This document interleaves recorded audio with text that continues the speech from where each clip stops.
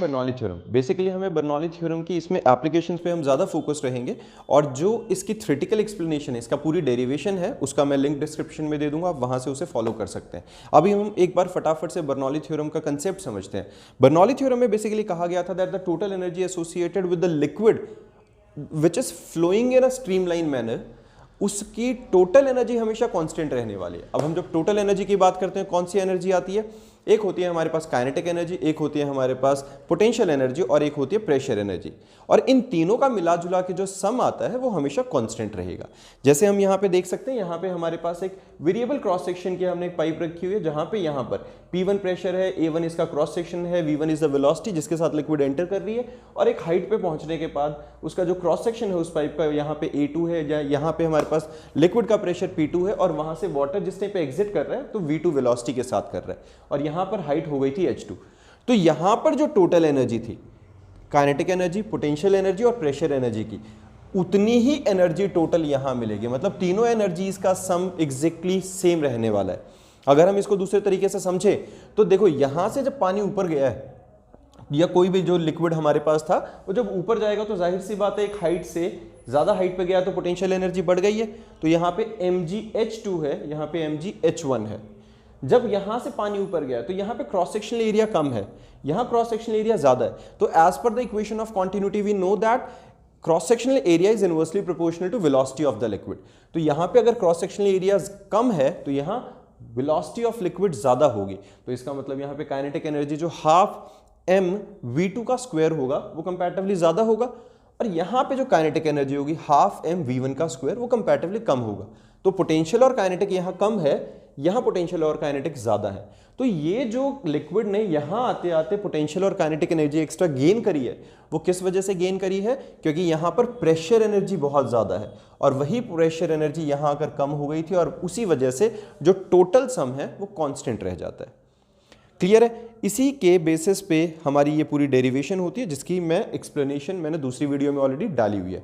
तो हमारे पास इसका अगर हम ओवरऑल आउटपुट देखें तो ओवरऑल हमारे पास यही होता है that the pressure energy, potential energy and kinetic energy, just the sum of all three energy per unit mass is a constant. Clear? हम अब बात करेंगे इसकी मेन एप्लीकेशंस की।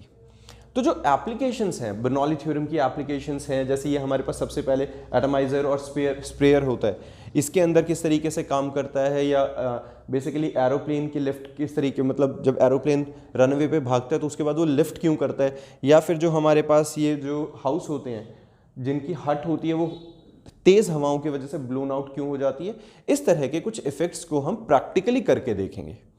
और उन प्रैक्टिकल एप्लीकेशंस के अंदर मेन हमारा एक फोकस क्या रहेगा कि जहां पर हाई वेलोसिटी होती है, जहां पर हाई वेलोसिटी होती है वहां लो प्रेशर होगा, जहां लो वेलोसिटी होगी वहां हाई प्रेशर होगा।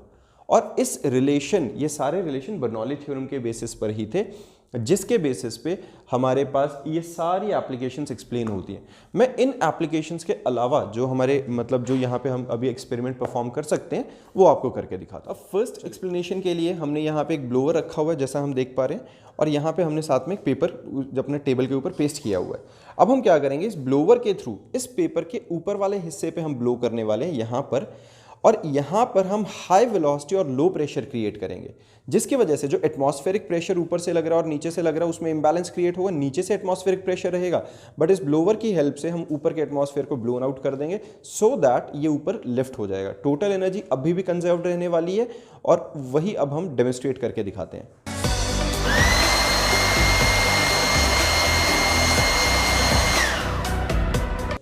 जैसा अभी हमने देखा, जैसे ही ब्लोअर ऑन हुआ था तो ये हमारा जो पेपर है वो अपने आप हवा में लिफ्ट हो गया था। रीजन, क्योंकि ऊपर का एटमॉस्फेरिक प्रेशर यहाँ से खत्म हो गया था। तो यहाँ से हमें पता चला एक एक्सपेरिमेंट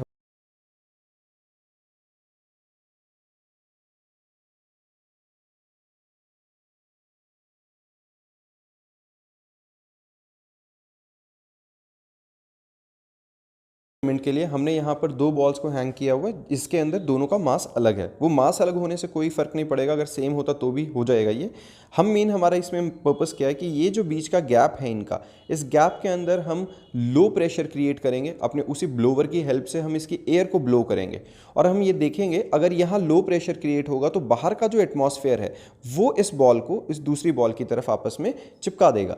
तो ये इसकी मूवमेंट, इन बॉल्स की मूवमेंट एक दूसरे की तरफ होनी चाहिए। अभी हम करके देखते हैं ये होगा कि नहीं।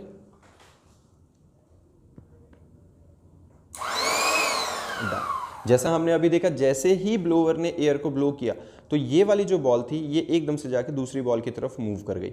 एक्चुअल में ये दोनों बॉल्स एक दूसरे की तरफ मूव करी थी, क्योंकि दोनों तरफ का एटमॉस्फेयर ने इन दोनों को पुश किया था लो प्रेशर की तरफ। ये हमारा सेकंड एक्सपेरिमेंट हो गया है जिसके अंदर हमने बर्नौली थ्योरम को ही डेमोन्स्ट्रेट किया।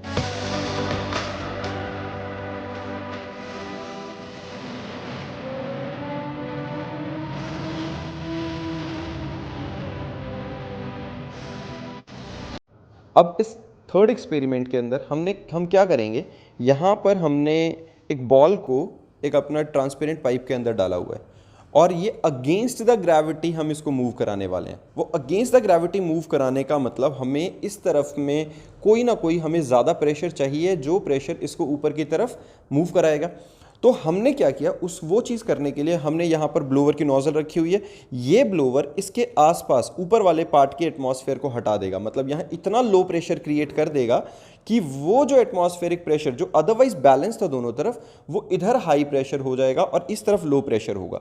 तो वो जो हाई प्रेशर वाली साइड से जो एटमॉस्फेयर होगा वो इस बॉल को ऊपर की तरफ पुश करेगा और ये बॉल ऊपर आ जाएगी। तो हम बेसिकली इस ब्लोवर की हेल्प से सिर्फ क्या करें, यहाँ हम लो प्रेशर क्रिएट कर रहे हैं क्योंकि वो उस एटमॉस्फेयर को ब्लोन आउट करने वाला है। तो लो प्रेशर होगा तो मूवमेंट होगी high pressure to low pressure. ये अभी हम करके देखते हैं एक्सपेरिमेंट। चलिए,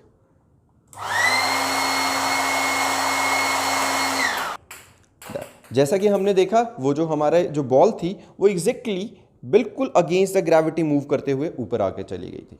and these are the application, some applications of Bernoulli theorem. और इसके अलावा भी हमारे डे टू डे लाइफ के अंदर हम बहुत सारी बर्नौली थ्योरम की एप्लीकेशंस को एनालाइज कर सकते हैं। वो अब आपके ऊपर आप किस तरीके से चीज़ों को देखते हैं। चलिए, all the very best, thanks for watching.